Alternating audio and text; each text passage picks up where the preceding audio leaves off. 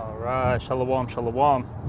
First and foremost, before I get started, as always, I want to give all praises, honor, and glory unto Yahweh Bashem Shai, Wahabar Chakodash, which Yahweh is the name of the Heavenly Father. Yahweh Shai, that's whom this world ignorantly calls Jesus Christ, it's his true name. And the Ruach Kodash, that is the Holy Spirit.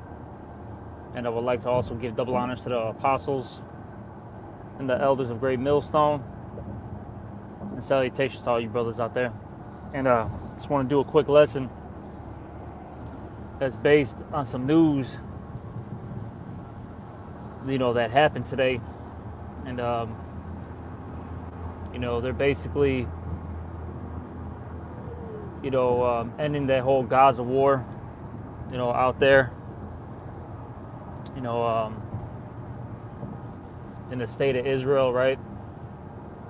There's a whole ceasefire situation, and you had Trump. He made a statement saying, that there's going to be peace in the Middle East now, right?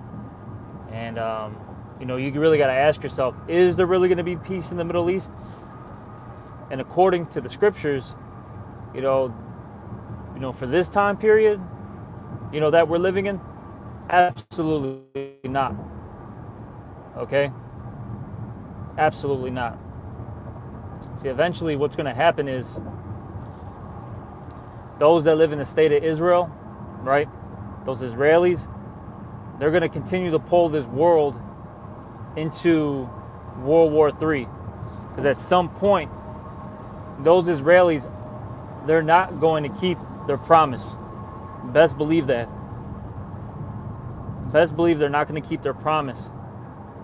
And eventually, what's going to happen is, they're going to start attacking those Palestinians again at some point, right? And when that occurs, these Arabs, right, which their biblical nationality is really Ishmael, they're going to start, uniting with one another, along with, these Persians, which are, these, Iranians, right? They're going to link up together. Oh, mind you, with Russia, okay, which, they're Edomites as well as those Israelis, okay? The point being, though, is they're all going to link up together, and they're going to fight America and the state of Israel, okay? That's eventually what's going to happen, because according to the scriptures, according to biblical prophecy and Revelation, right, it talks about how there's going to be three woes, okay? And those three woes represent World War I, II, and III. And that third world war has to happen, and it will, okay? Because during the third world war, America's going to get nuked and annihilated. The state of Israel is going to get hit as well. The only difference between America and the state of Israel is America will never be inhabited again. Okay, it's going to be a wasteland, a desert. Okay, but the state of Israel, it's going to get hit just in order for it to get cleaned up, because those Amalekites, all right, that live there right now, they're doing some very vile things. And the Lord has to cleanse that land before we, the true Israelites, the so-called blacks, Latinos, and Native Americans, enter into it. Okay? But I want to get this real quick, because the second I heard that statement, that Trump made about how there's peace in the Middle East, it made me think about 1 Thessalonians, the 5th chapter. That's immediately what came into my mind. Okay? And give me 1 second to get this. This is 1 Thessalonians chapter 5. And I'll just start at 1. All right, this is 1 Thessalonians 5 and 1. But of the times and seasons, brethren, ye have no need that I write unto you. For yourselves know perfectly that the day of the Lord so cometh as a thief in the night. Okay, so when Yahweh Shai, whom this world ignorantly calls JC, comes back, it's going to be when people least expect it. And mind you, before Yahweh Shai comes back, it's going to be a lot of business as usual, okay? Situations. Because this society, even though it's going to be crumbling, it's still going to be somewhat intact as well. Okay? You see? And a lot of people are going to be caught off guard. Alright? But let me keep reading. This is verse 3. For when they shall say peace and safety, then sudden destruction cometh upon them. Alright? So just wait. That destruction is going to come. There is going to be no peace in the Middle East until Yahweh Shai comes back. Okay? These Edomites, their whole assignment, okay, their whole program is to take peace from the earth. All right, let me get that real quick in Revelation, the 6th chapter. That's their job. So there will never, ever be peace in the Middle East while Esau, Edom, the so-called white man, is in rulership. It's impossible. He is the wicked. They are not, they're not the ones that are going to bring a utopia. Peace, tranquility. No. That's not their assignment. This is their assignment. This is Revelation 6 and 4, and it reads here, and there went out another horse that was red, which that represents Esau. Genesis, the 25th chapter, says what? He came out red all over like a hairy garment, right? That's the so-called white man. They're the only people in the world that don't have pigmentation like that. They were stripped from it because that's a curse from the Lord.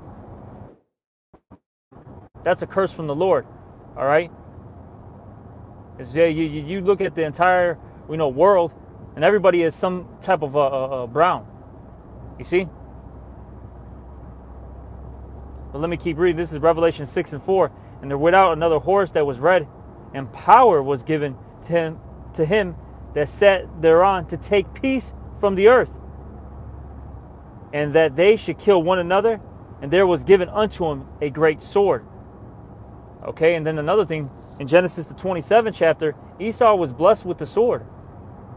And who's the most proficient in weaponry? Okay? That's something that people have to ask. And we all know who it is. It's the so-called white man, Esau Edom. He's the one that designs all these different, bombs, guns.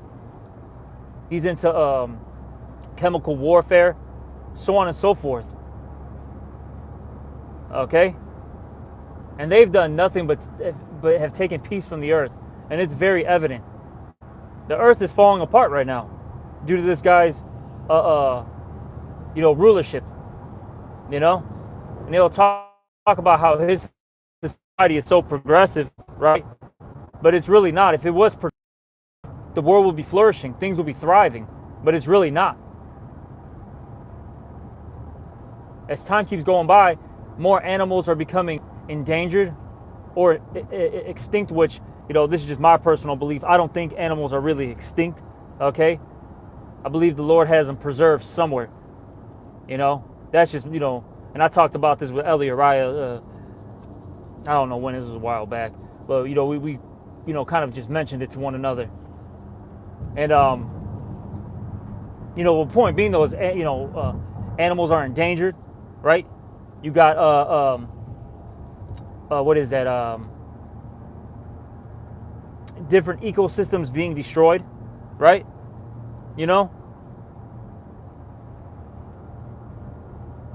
it's all because of this guy. He's the one who's dumping all the chemicals and waste into, fresh bodies of water, lakes, rivers, in the oceans. He's got chemtrails in the sky. These different, trucks, cars, different, what do you call those? Plants, right? They produce a lot of pollution. And what's crazy is we can have all this modern day, technology, in use in our day-to-day lives while going green, so-called green, quote unquote, Things can get powered by, by solar energy, by electricity, whatever the case may be, right? But this guy, he's like, nah, not going to do it. We don't even have to use gas for our cars. You had the one Jake, I think he was in Texas, if I'm not mistaken. He found a way basically to use garbage, right, and turn that into gasoline. You had another guy that was able to use water to basically power up your cars,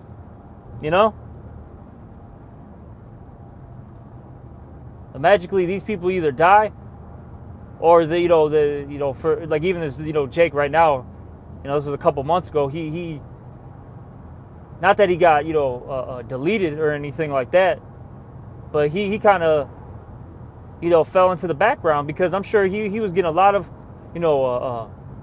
threats. I'm sure he was approached, because you haven't really heard too much from that guy ever since they said that they were kind of mentioned that he might have died, which he didn't. He ended up saying that he was falling back. But point being though is this is what occurs, all right. But let me go back to that 1 Thessalonians. I didn't finish it. In 1 Thessalonians 5:3, I'll read it again. For when they shall say peace and safety, then sudden destruction cometh upon them, as travail upon a woman with child, and they shall not escape. Exactly. No one's escaping the judgment of Yahweh B'Shem Yahushai. See, that's what this world is trying to avoid right now, but it's not going to happen. You people are going to get punished for all the wickedness that you've been doing. Starting with Esau, Edom, all the way down to you different heathens, and even to 2/3 of our own people. Look, it's the time for the Lord to set things right. It's time for Yahushua to get this entire world in order. You see?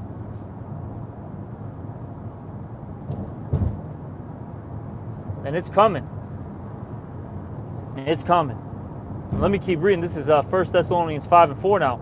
But ye, brethren, are not in darkness, meaning us who are in this truth. Because we're expecting these prophecies to be fulfilled. We're looking for them. And we're getting excited when we start seeing them come to pass. Okay? So it says here, it says, but ye, brethren, are not in darkness, that the day should overtake you as a thief. Ye are all the children of light and the children of the day.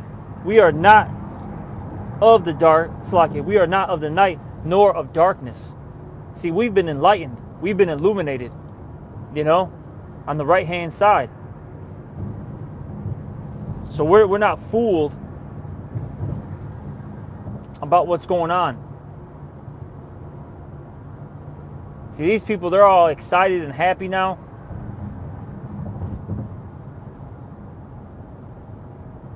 They're going to be, not showing up to these different, downtown areas and protesting anymore. They're going to relax. But like I said, eventually, those Edomites, they're not going to keep their promises. Those Amalekites aren't going to allow this to, they're not going to allow it to continue very soon. Let me get this real quick, because in the book of Psalms it talks about it, right? How they constantly break their covenants and their treaties. Roughly paraphrasing it. Let me get it real quick. I think it's Psalms 50 or 55. Give me one moment to find it. All right. This is the book of Psalms, chapter, I believe it's 55 though. This is Psalms 55, and I'll start at verse 20. It says, he hath put forth his hands against such as be at peace with him. He hath broken his covenant. You see?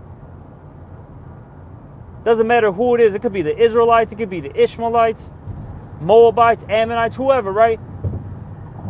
They'll try to, make peace with this guy. Have a whole deal, lined up, written out. And he'll still break that covenant, that contract that he made with whomever, he made that deal with. You see? And it says here, the words of his mouth were smoother than butter, but war was in his heart. His words were softer than oil, yet were they drawn swords. Okay? See, that's all that's in his mind is warfare. He just wants to get you comfortable. He wants you to be relaxed. So you're not on your guard. You're not, ready for combat. So the second you let your guard down, he can stab you in the back. That's the spirit that Esau, even the so-called white man's, he's always in. Look, his language is violence. You can't talk to this individual. And that's why Yahushua is coming back, okay, with the sword. He's not bringing peace.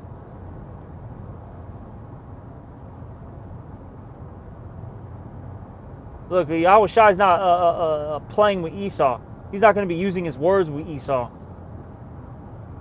Yahushua is going to get straight physical with these people. All right? Let me see if there's anything else. No, that's it on that part. Let me get this, though. All right, because I mentioned it earlier about the third woe, right? Give me 1 second. Give me 1 second. I forget where this is at. I know it's in Revelation. I think it's in like 10 maybe. Man, this is Satan, man. Come on. Give me 1 second. Yeah, this is Revelation 11 and 14. The second woe is past, and behold, the third woe cometh quickly. So there's got to be that World War III. Okay, as I mentioned at the beginning of the lesson. That's how you know that this statement that Donald Trump made about there being peace in the Middle East is false. At some point, something's gonna reignite that tension again. And like I said, what I believe is these Amalekites, they're not going to uphold their end of the deal. They're going to renege, basically, break the contract, break the covenant, right? And that's when these Arabs, they're just going to, start, joining together, start, clicking up with Iran, which their protector is Russia, and that's Ezekiel the 38th chapter coming into place. It says how Gog and Magog, which that's where the land of Russia is now, they're going to be a guard unto all these different nations. And one of the nations is Persia, which is modern day Iran. Okay? Basically all those North African countries, right? Libya, Ethiopia, right? You see? This is what's coming to this world. There's no way that there's gonna be peace right now. You see? Let me get this one too. Salakia. Give me 1 second. A little bit of traffic. Man, what scripture did I want? That's Satan. I was so worried about the guy behind me, I didn't know if he was going to crash into me.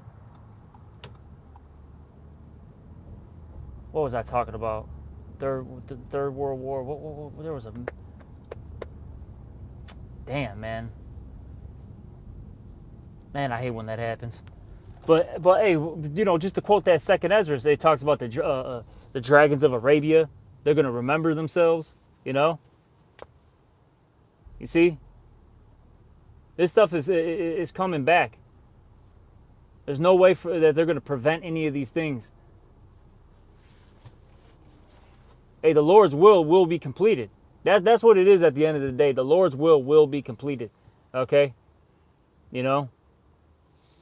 There's nothing that's what I wanted. These plagues, they're already sent. Okay? And it starts off with words. Then eventually they manifest, physically. Since these plagues are already sent, who can draw them back, right? I'm going to get that in 2nd Ezra, the 16th chapter. Real quick. This is, where should we start? This is 2nd Ezra 16. And I'm going to start at verse, damn, man, there's a lot here. Oh, boy, man, traffic is always got to be ridiculous, man, especially once you get into the Jake areas. Never fails. Jake's always in a rush to literally nowhere. But this is 2nd Ezra 16, and I'll start at 3. A sword is sent upon you, and who may draw it back? A fire sent among you, and who may quench it? Plagues are sent unto you, and what is he that may drive them away? May any man drive away a hungry lion in the woods? Or may any one quench the fire in stubble, when it hath begun to burn? May one turn again the arrow that is shot of a strong archer? The mighty Lord sendeth the plagues, and who is he that can drive them away? And nobody can do these things. Okay, no one can stop judgment from Yahweh Bashem Yahushai. Okay? No one can stop the judgment. It's going to happen. Whether people like it, believe it or not. Look, we don't care. Hey, we're just messengers. That's all we are. We're the men of the Lord that are ordained to preach this word. Okay? And if you got a problem with us, really, you got a problem with Yahweh Bashem Yahushai. Okay? Hey, you could go to our boss and go talk to him. You know what I'm saying? Now let's see how that goes. All right. But I'm gonna jump down just for time's sake, because I actually got to get going. But this is 2nd Ezra 16, and I'll get 14. Behold, the plagues are sent and shall not return again until they come upon the earth. And you see all these plagues, like I said, they've really actually been already sent out via the word. And now things are just manifesting, physically speaking. That's it. That's all that we're seeing right now. And nobody's going to be able to stop these things. So there's not going to be peace in the Middle East. That's fake news, right? They used to push that the past couple of years, right? Talking about, fake news, fake information. Look, the fake news, fake information is what these people are trying to push. Hey, the real news is the gospel.